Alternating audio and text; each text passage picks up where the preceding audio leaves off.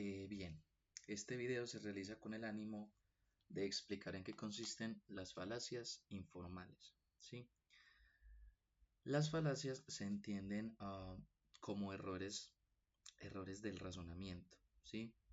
Ah, en otras clases, en otras oportunidades habíamos hablado sobre cuáles son esos dos requisitos que debe tener un argumento para ser un buen argumento.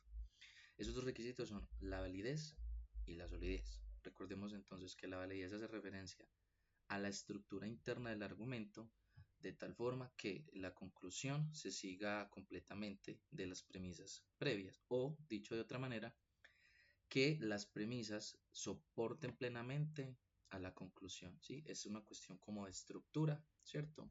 En términos en sentido lógico. Eso hace que un argumento sea válido. Modus ponens, modus tollens son algunos ejemplos de argumentos que, independientemente del contenido que tengan, por mera estructura siempre van a terminar siendo argumentos válidos.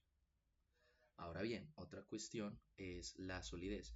La solidez sí tiene que ver con la veracidad, ¿cierto? La veracidad, credibilidad, la, la probabilidad de que el contenido de esas premisas sea cierto, sea veraz. Un argumento es tanto más sólido cuanto más ciertas sean sus premisas, ¿cierto? Entonces, la validez obedece a la forma y la solidez está correlacionada con el contenido, con la veracidad del contenido. Así las cosas, un buen argumento debe tener ambas cosas. Bueno. Entrando propiamente en el plano de las falacias informales o falacias psicológicas, hay que entender que las falacias son argumentos peligrosos en el sentido de que son argumentos que parecen convencer o persuadir a nuestros interlocutores por la carga psicológica que tienen.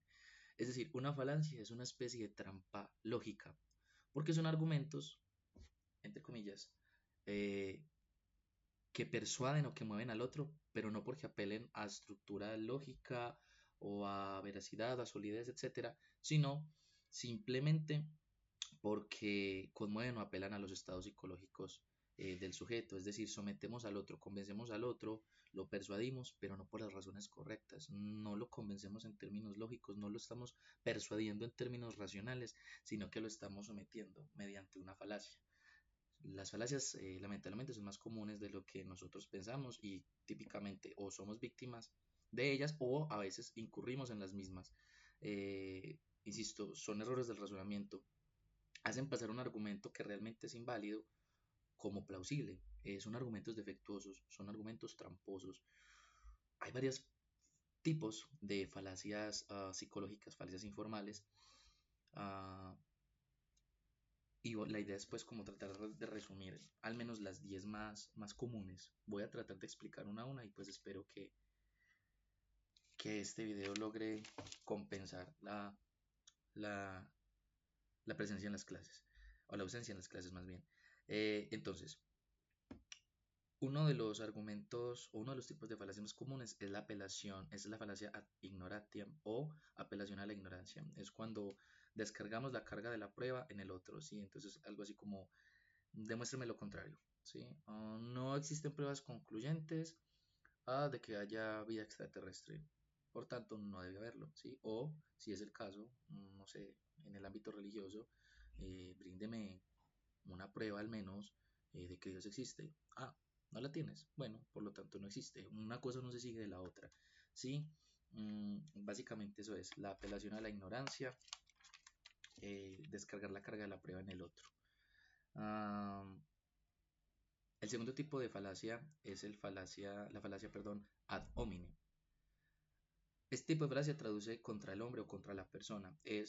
Y es algo en lo que hemos estado insistiendo bastante en los últimos ejercicios argumentativos. Es cuando atacamos a la persona y no a las ideas de la persona, ¿sí? Es cuando atacamos al individuo por X o Y circunstancia, por X o Y sistema de creencias que tenga y no atacamos propiamente el argumento. Entonces, como que realmente la falacia de apelación contra la persona El ataque contra la persona es uno de los recursos más desesperados que uno puede utilizar, porque se utiliza cuando realmente no se tienen argumentos, ¿sí? Entonces, como que, no, contra la persona, contra el individuo. Mm, Insisto, cuando estamos argumentando, debatiendo, contraargumentando, debemos separar siempre la idea de la persona. Se atacan solo los argumentos, no los individuos. Son cosas distintas. No sé, pero es que vos sos el peor estudiante, ¿qué vas a venir a decir X o Y sobre tal? No tiene nada que ver, ¿sí? Puede que sea el peor estudiante, pero eso no quita que sea capaz, sea susceptible de dar un buen argumento, ¿sí? Atacamos los argumentos, no las personas. El tercer tipo de falacia es la falacia del hombre paja. Eh, Grandes rasgos es como tratar de tergiversar el argumento del otro, hacerlo una caricatura, ¿sí? Hacerlo burlesco, ¿cierto? Difuminar lo que la persona está diciendo con ironía, con sarcasmo, con lo que sea, para restarle potencia al argumento de la persona, ¿cierto? Es como que me lo tomo con humor. Entonces, eh, no sé, digamos, no, lo que pasa es que los individuos tienen que ser puntuales. Y la persona contraargumenta, sí, claro, digamos, sí, claro, como yo soy amo y señor todopoderoso y puedo contemplar y arreglar o evadir todas las contingencias que pueden hacer que a uno le coja la tarde, ¿cierto? Mire que típicamente en la cotidianidad muchas personas a veces caemos en ese tipo de falacia, ¿cierto? Como que tergiversar, caricaturizar el argumento del otro con el ánimo de que pierda como consistencia y realmente no estamos defendiéndonos, ¿sí? Simplemente estamos tratando de restar rigor al argumento. El siguiente tipo de falacia es la falacia de orden adveracundia, es la apelación a la autoridad, ¿sí? Entonces como básicamente apelar a la destreza, ¿cierto? O el rigor académico de una persona o a la experticia de una persona o de una institución o un instituto, lo que sea, simplemente para decir o implicar que es cierto lo que se está diciendo, que el argumento debe ser aceptado. Pasa mucho en las redes sociales y cuando se replica información por estas cadenas de WhatsApp. Importante estudio en la universidad X. eh, Menciona que, ¿cierto? Asegura que, demuestra que el consumo regular de, no sé, lo que sea, papaya, repercute en la prolongación de vida de las personas. Entonces mismo se viraliza. Sí, claro, es que es un estudio de una universidad importante, reputada, respetada, ta, ta, ta, ta, ta, ta, ta, ta. Y por el mero hecho de serlo, per se pareciese que debiese aceptárselo el argumento. No necesariamente, ¿cierto? Lo mismo, supongamos, eh, prestigioso neurólogo, ah, destacado de X, Y universidad con X y Y especializaciones, afamado por X o Y estudio, es invitado para hablarnos sobre no sé, modificación de los modelos educativos vigentes. No, es una persona muy importante, ¿cierto? Es una eminencia. Sí, en su campo, en la neurología. ¿De dónde se sigue que es una autoridad en el ámbito educativo, pedagógico? Una cosa no tiene por qué eh, cobijar la otra, ¿cierto? Entonces es apelar a la autoridad de un individuo, de un instituto, de cualquier otro asunto y, y querer que lo que sea que se esté argumentando por ese mero hecho, respaldarse en la reputación, merece ser aceptado y no es así, ¿cierto? Bueno, el siguiente tipo de falacia también es muy común, es la falacia de la falsa dicotomía. Decimos que estamos en una dicotomía cuando algo o es blanco o es negro, ¿cierto? Es cuando hay una encrucijada o una cosa a la otra, ¿cierto? Cuando hay un camino así como bifurcado y tenemos dos instancias, ¿cierto? Que no se pueden dar de manera simultánea. Me explico. Un ejemplo de esta falacia sería o estás conmigo o estás contra mí, ¿cierto? Quien no es mi amigo es mi enemigo. Es una falsa dicotomía porque es pintar un escenario en el que no hay puntos medios, ¿sí? O una cosa o la otra. Es una falsa dicotomía porque en este caso la dicotomía es ilusoria. Realmente sí hay puntos grises, ¿sí? No, no quiero ser tu amigo, pero eso no implica que quiera ser tu enemigo. A lo mejor me eres irrelevante, ¿sí? Ah, no estoy de acuerdo con tu punto de vista, pero eso no se sigue que esté en tu contra, simplemente pienso distinto, ah, ¿cierto? Grandes rasgos es eso, es plantear una falsa dicotomía donde realmente no la hay. Eh, el siguiente tipo de falacia es la falacia tú también. Es cuando argumentamos o apelamos a que la persona también ha incurrido en X o Y comportamiento y que eso le resta legitimidad ah, o coherencia al argumento que está profiriendo, defendiendo. ¿Con qué autoridad moral vienes y me dices que uh, debo ser puntual? ¿O con qué autoridad moral vienes y me dices uh, que debo cumplir mis promesas cuando recién la semana pasada quebrantaste la tuya? Digamos que en términos sociales hay cierta... es entendible por qué esa falacia funciona, pero insisto, el hecho de que una persona también incurra en X o Y comportamiento no le resta uh, al mismo que sea genuino. Me explico. Supongamos que un asesino en serie argumenta por qué está mal el asesinato. Deja de estar mal el asesinato simplemente, o sea, deja de ser cierto que el asesino diga que matar está mal por el mero hecho de que él también lo haya cometido. No, ¿cierto? El asesinato sigue estando mal, independientemente de que el asesino o la persona que brinda el argumento no haya sido coherente con el mismo.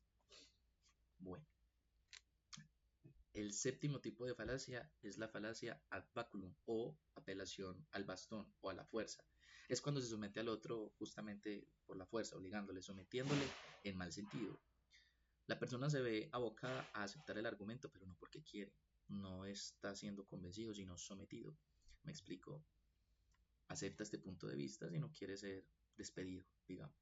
Claro, naturalmente la persona a lo mejor lo acepte, pero no por las razones correctas, sino porque fue obligado. También funciona en términos emocionales. Cuando sometemos al otro, le obligamos a aceptar nuestro punto de vista por la fuerza. Um,